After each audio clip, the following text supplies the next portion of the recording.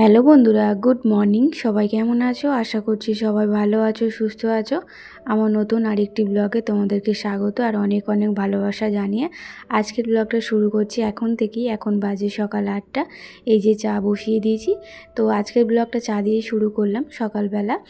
বিস্কুটটা শেষ হয়ে গেছিলো, চা করতে করতে ভাবলাম এটা একটু যতটা আর কি কৌটোর মধ্যে ধরে ততটা এর মধ্যে রাখবো, আর বাকিটা এমনি প্যাকেটে গাডার রেটে রেখে দেবো। আর মুদিখানা দোকানটা কালকেই এনে দিয়েছিল, কিন্তু কালকে আর গোছানো হয়নি।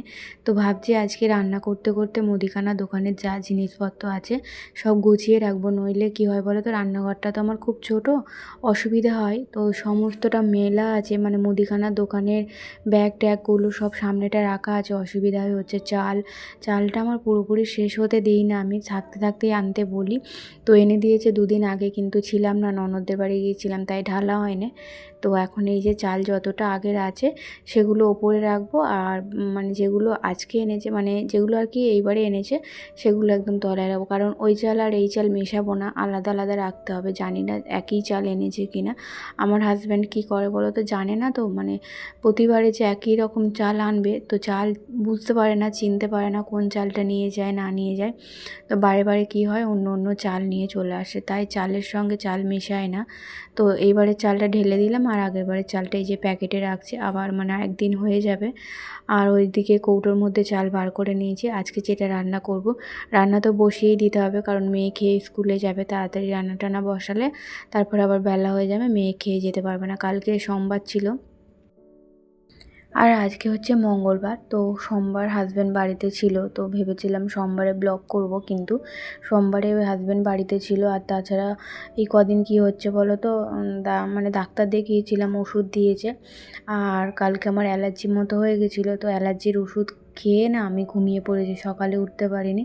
কালকেও তাই হচ্ছে, বেলা হয়ে গেছে, ঘুমিয়ে পড়েছিলাম, আর তাই জন্যে ব্লগটা শেয়ার করতে পারিনি। আর কালকে অনেক কাজ ছিল, মানে সংসারের এত কাজ ছিল যেগুলো মানে ব্লগ করতে গেলে আমার বিকালে হয়ে যেত শেষ করতে করতে। তাই কালকে আর ব্লগ শেয়ার করা হয় না, তাই আজকে আবার সকাল থেকে উঠেই তোমাদের সঙ্গে ব্লগটা শেয়ার করছি। প্রতিদিন না শেয়ার করলে আমার নিজেরই কেমন লাগে। একদিন যদি গ্যাপ যায়, এমনিতেই আমি একদিন ছাড়া ব্লগ দিই, তার মধ্যে যদি একদিন আবার গ্যাপ যায় আমার নিজের খারাপ লাগে। তাই প্রতিদিন চেষ্টা করি একদিন ছাড়া ব্লগটা তোমাদের সঙ্গে শেয়ার করা। তো ওদিকে ভাত বসিয়ে দিয়েছি, দিয়ে আর এদিকে সবজিটা কেটে নিচ্ছে। আজকে আমার আর মেয়ের রান্না হবে, হাজব্যান্ডের আলু সেদ্ধ ভাত করব, কারণ আজকে মঙ্গলবার। আর মেয়ের আর আমার রান্না করব পাবদা মাছ। দেখতে পেলে সকালে মাছটা বার করে রেখেছিলাম, আর পাবদা মাছ আমি খাবো নাই বলেছিলাম, হাজব্যান্ডকে আনতে বারণ করেছিলাম, কিন্তু ও হয়তো ভুলে গেছে, তাই 4 পিসের মতো পাবদা মাছ এনেছিল। তো আমি খাবো না বলে আমাকে জোর করে খেতে হলো, নইলে কী হবে, মাছগুলো নষ্ট হবে। এবারে অনেকটাই মাছ এনেছে, চিংড়ি মাছ, কাটাপোনা মাছ অনেকটাই এনেছে। যদি না মাছটা খাই, আবার মাছ মানে কি বলবো রয়ে যাবে, পরের সপ্তাহে আবার মানে কি বলবো খেতে হবে। তাই জন্য মাছটা এই যে 2 পিসের মতো মাছ রান্না করলাম। আর এই মাছ রান্না করলে এত মানে কি বলবো তেল ছিটকায়। তো মাছটা দিয়ে আমি এই যে এদিকে রান্নাঘরটা একটু ক্লিন করে নিচ্ছি।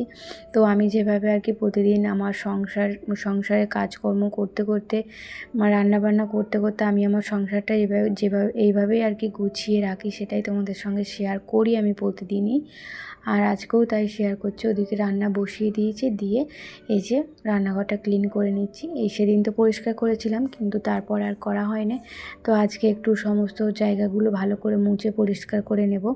রান্না বসিয়ে এই কাজগুলো আমাকে করতে হয়। যখন আমার হাতের কাজ থাকে তখন এইভাবেই কাজগুলো আমাকে গুছিয়ে করতে হয়, নইলে হাতের কাজ থাকলে আমি আর সময় পাই না আলাদা করে। এই রান্না বসিয়ে দিয়ে যখন তরকারি বসাই তখন একটু আধটু সময় পাই, তখন এইগুলো করি।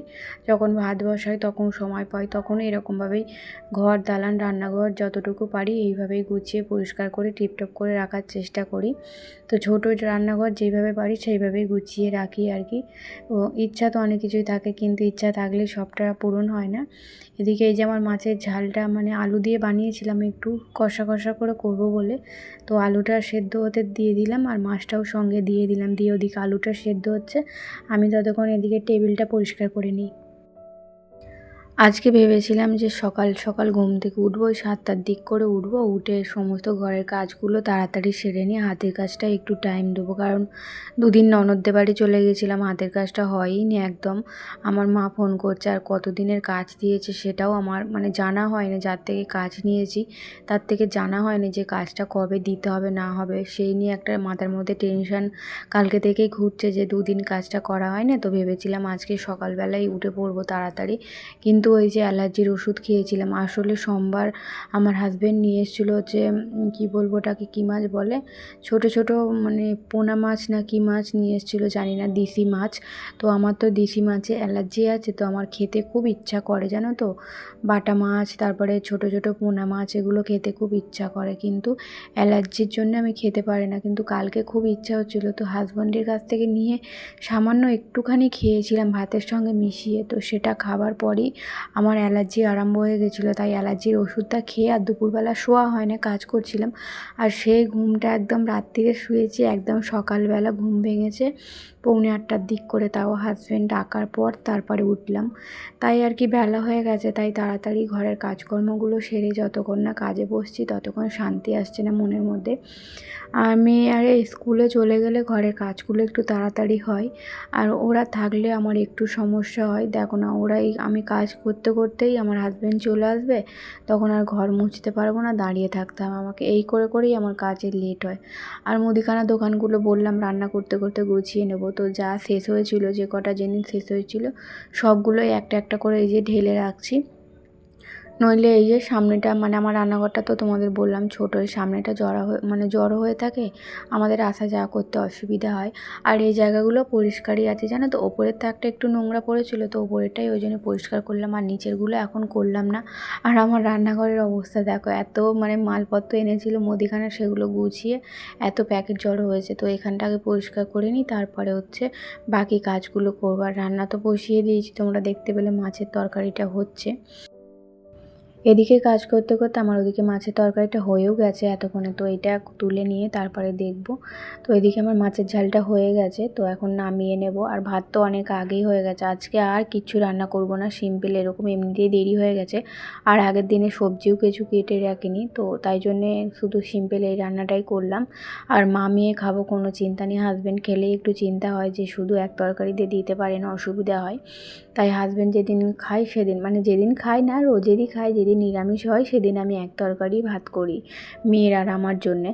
আর আজকে থেকে আবার সবজি কেটে রাখলে তারপরে পরের দিন সকালবেলা তাড়াতাড়ি রান্না করতে পারবো। ওদিকে ডিমটাও আনা আছে জানো তো, ডিমটাও এখনও গোছানো হয় না। তো এগুলো আর কি সবার শেষে করব, যা আমার বাকি কাজকর্ম আছে সেগুলো সব মিটিয়ে নিয়ে ডিমটা পরে ধুয়ে গুছিয়ে রাখবো। আর অনেকগুলোই ডিম এনেছে, কালকে প্রায় 6টার মতো হয়ে গেছে রান্না, 6টার মতো হয়েছে কালকে। কারণ হচ্ছে রাত্রিরে এগরোল করেছিলাম, দুপুরে রান্নাবান্না সেরকম কিছু করিনি বলতে কলমি শাক ভাজা করেছিলাম, মাছের ঝাল আর টকের ডাল, পটল ভাজা করেছিলাম। তাই জন্যে আর কি, পটল ভাজা না আরেকটা কি ভাজা করেছিলাম, যাই হোক এখন মনে পড়ছে না। তো তাই রাত্রিরের জন্য এগরোল বানিয়েছিলাম। তো রান্নাবান্না সব হয়ে গেছে, গ্যাস ট্যাস পরিষ্কার করে মুছে নিয়েছি, বাসনটাও আমার মাজা হয়ে গেছে। এখন এই যে বিছানাটা গোছাবো, ঘরটা ঝাড়ু দেবো আর হচ্ছে ঘরটা মুছবো। কিন্তু এটা করতে করতেই আমার প্রায় 11টা 11:30 বেজে যাবে, কারণ একটু পরেই হাজব্যান্ড চলে আসবে। তো ও এখন মানে আগে যেমন 10:30টায় আসতো শুধু মেয়েকে আনতে, এখন এই কদিন দেখছি একটু তাড়াতাড়ি চলে আসছে। আর ওই সময়টাতেই আমি ঘরটা মুছি, আর ওই সময় যদি ও ঘরে চলে আসে আমার আর ঘরটা মোছা হয় না, কারণ ও চান টান করে টিফিন করে ভিজে দালানে আসা যাওয়া করলে দালানটায় দাগ হয়ে যাবে, আবার আমাকে মুছতে হবে। তাই অপেক্ষা করি যতক্ষণ না মেয়েকে নিয়ে বেরিয়ে যাচ্ছে ততক্ষণ অপেক্ষা করতে হয় ঘরটা মোছার জন্যে। আর এই চাদরটা কালকে কেচেছিলাম কিন্তু এখনও পর্যন্ত তোলা হয়নি, তো এখন তুলে দেব। আরও কয়েকটা জিনিস আছে যেগুলো ননদদের বাড়ি নিয়ে গেছিলাম, তো ব্যাগের মধ্যেই পড়ে আছে সেই রবিবার থেকেই, গোছানো আর হয়নি। কালকে আমার খেয়ালই ছিল না, ব্যাগটা একটা কোণে পড়েছিল, তো ব্যাগটার দিকে লক্ষ্যই পড়েনি। তো আজকে মনে পড়লো যে না ব্যাগটা গুছিয়ে রাখি, নইলে এইভাবেই পড়ে থাকবে কয়েকদিন। আমার আবার মনে থাকে না জানো তো, মনে যখন থাকে তখন কাজে ব্যস্ত থাকি, আর যখন কাজ থাকে না তখন মনে থাকে না, এই হচ্ছে আমার সমস্যা। তো চলো এখন এগুলো একটু গুছিয়ে যেখানে জিনিস সেখানে রেখে দিই। মেয়ে ক্লিপ বার করেছিল, আর ক্লিপ এইবারে না অনেকগুলো একবারে কিনে এনেছিল, নিয়েছিলাম প্রায় 6টার মতো। আর আমাদের ক্লিপটা ব্যবহার করা হয় দুজনেই, মা মেয়ে দুজনেই ব্যবহার করি। আর মেয়ে না একটু তাড়াতাড়ি ক্লিপগুলো নষ্ট করে ফেলে, তাই জন্য একবারে অনেকগুলো কিনে রেখেছি। ও কী করে পাল্টে পাল্টে এই যে মাথায় দিয়ে দিয়ে যায়। নিত্য নতুন জিনিস ও ব্যবহার করতে খুব ভালোবাসে, নতুন জামা থেকে শুরু করে যে কোনো জিনিস নতুন ব্যবহার করতে খুব ভালোবাসে, খুব আনন্দ পায়। তো ক্লিপ হোক, সেটা নেল পালিশ হোক, যাই হোক। আর নেল পালিশ তো পরা মানে কী বলবো, 2 দিন 3 দিন ছাড়াই নেল পালিশ পরছে। নেল পালিশগুলো ওর জন্যই শুকনো হয়ে যায়। আর যেগুলো দামি নেল পালিশ থাকে সেগুলো আমাকে লুকিয়ে রাখতে হয়, নইলে ও নষ্ট করে ফেলে। তো আলমারিতে যে কটা জিনিস তোলার ছিল তুলে দিলাম। আর এখন এই যে দেখো, এত বেলা হয়ে গেল, এখনও পর্যন্ত জানালাটা খোলা হয়নি। জানালাটা ইচ্ছে করেই খুলিনি, ভাবলাম বিছানাটা একবারে গুছিয়ে নিয়ে তারপরে জানালাটা খুলবো। আর এই যে কাগজটা দেখতে পাচ্ছ না, এটা হচ্ছে চশমার কাগজ, জানো তো, চশমার মধ্যে দিয়েছিল। আর এটা দিয়ে এই যে আলমারির এই আয়নাগুলো মুছলে না খুব ভালো পরিষ্কার হয়। যেমন খবরের কাগজ দিয়ে আয়না মুছলে পরিষ্কার হয়, ঠিক তেমন এটা দিয়ে পরিষ্কার করলে খুব ভালো সুন্দর পরিষ্কার হয়, মানে চকচক করে। তাই এই কাগজটা যত্ন করে গুছিয়ে আলমারির ওই হ্যান্ডেলের নিচে যে একটা মানে ফাঁক মতো আছে, ওখানে ঢুকিয়ে রাখি। তোমরা দেখতে পাবে কোথায় রাখি আমি গুছিয়ে। এটা যত্ন করে রেখে দিয়েছি, কারণ এই যে এইখানটায় রাখি, কাঁচ মোছার জন্যই রেখে দিয়েছি। আর এমনি আলমারিটা কাপড় দিয়ে মুছি, শুধুমাত্র কাঁচটা ওই কাগজটা দিয়ে মুছলে ভালো পরিষ্কার হয় বলে ওটা দিয়ে মোছা হয়। তো এখন এই যে ঘর দালানটা মুছবো, এখনও আমার হাজব্যান্ড আসেনি, তাই জন্য ঘরটা ভালো করে পরিষ্কার করে মুছে নেব। 2 দিন বৃষ্টি হচ্ছিল, বেশ ওয়েদারটা ঠান্ডা ঠান্ডা ছিল, জানো তো বন্ধুরা। আজকে থেকে আবার খুব গরম পড়েছে। এই তো গরম শুরু হচ্ছে, এবার জানি না কীভাবে কী রকম করে দিনগুলো কাটাবো, আর কবেই বা এই গরমকালটা কাটবে জানি না। আজকে থেকে ভালো মতোই গরম পড়ে গেছে, মানে পাখা ছাড়া থাকা যাচ্ছে না। 2 দিন তো পাখা সেইভাবে চালানোই হয়নি, বৃষ্টি হচ্ছিলো বলে ঠান্ডা ঠান্ডা ওয়েদার ছিল। রাত্রির দিকে না আবার মানে পাখা বন্ধ করে দিতে হচ্ছিলো, চাদর গায়ে দিতে হচ্ছিলো। 2 দিন তো ভালোভাবে বৃষ্টিটা হয়েছে, মানে ঝিরঝির করে বৃষ্টিটা হয়েছে, কিন্তু বেশ ঠান্ডা হয়ে গেছিলো ওয়েদারটা।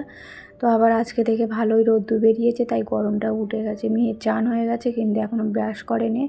তো ওকে খেতে দেবো, তার আগে আমি পুজোটা করে নিলাম। নিয়ে এখন এই যে একটু মুখটায় সানস্ক্রিন মেখে নিচ্ছি। যখন বাইরে বেরোই তখনই মাখা হয়, আর রান্না করতে গেলে তখন মাখি, এছাড়া মাখা হয় না। কিন্তু আজকে একটু মুখটা মানে কীরকম লাগছে বলে তাই একটু ব্যবহার করলাম আর কি।